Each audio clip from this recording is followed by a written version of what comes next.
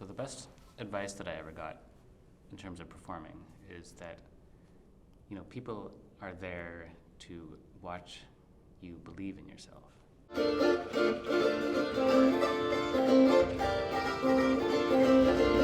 Every person is in their own story, rather than watching, they don't come here to watch you play.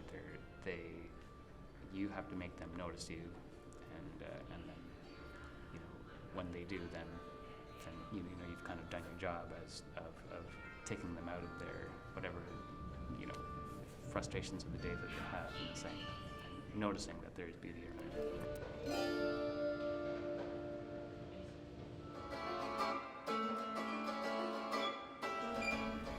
So my name is Matti Palonen, and I'm 46 years old, and I play and make the Finnish instrument called Kantele.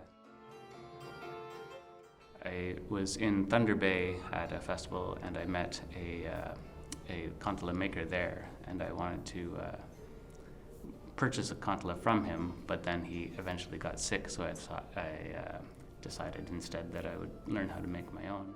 And so through that process, then I kind of got deeper and deeper into the tradition and into the instrument and into the poetry and music from there.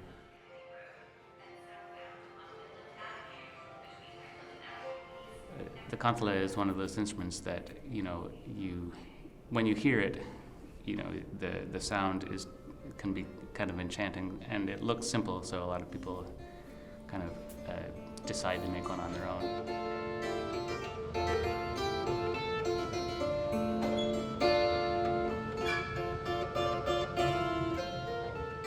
After I built my instrument, I started accompanying choirs and things like that, but eventually I was working as an environmental consultant, and I decided to leave that job and pursue music full-time.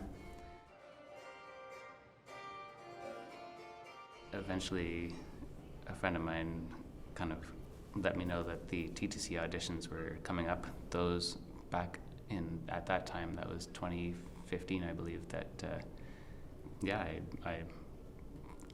signed up for an audition, and I got in.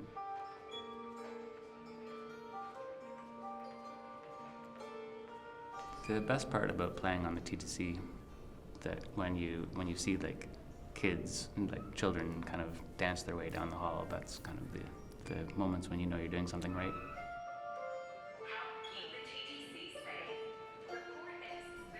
They just understand music in a different way. They just don't have to care. They just dance if they hear good music that makes them dance, right? So, the TTC is all people from all walks of life are there. So there are some scary or bad situations, but the good outweighs the bad, I find. So before the pandemic, I would busk 3 or 4 times a week. The great thing about busking is that it would really, make ends meet. I was kind of gigging as a musician, but if you always knew that you could go somewhere and make some money if you had to make rent or whatever. That was possible before, and I don't know if that's quite the same anymore after the pandemic. People don't carry cash on them as much, and I think we've lost a bit of a social cohesion in Toronto that I think it's going to take a while for people to get back.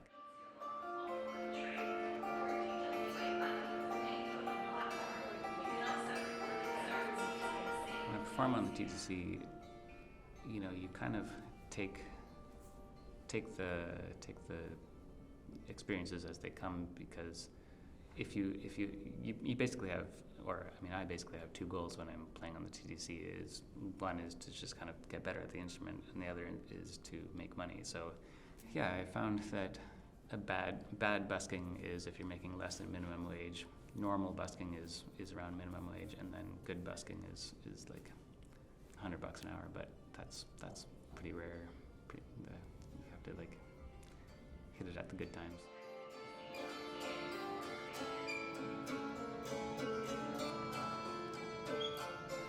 The Kantele, it's definitely 1,000 years old, possibly 2,000 years old, and it is true that the Kantele kind of does draw you in there was the sense among the old kantele players that they were playing under the kantele's power. So it's kind of you do sort of become one with the instrument, and kind of it becomes your voice, an extension of yourself.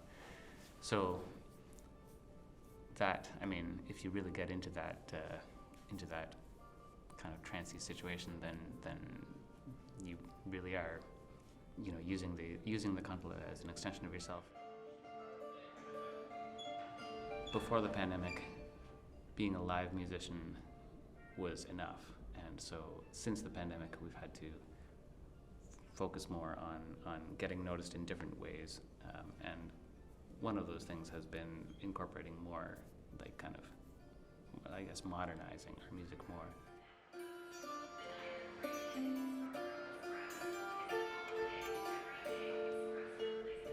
I see the kantele as like a living tradition, but it's interesting.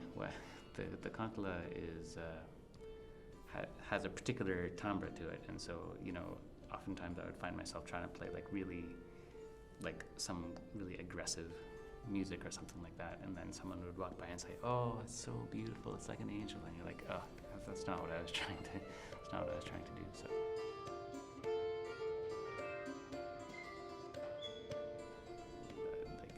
You can kind of see that a lot of culture is being lost, and so this music it only exists now because people brought it back from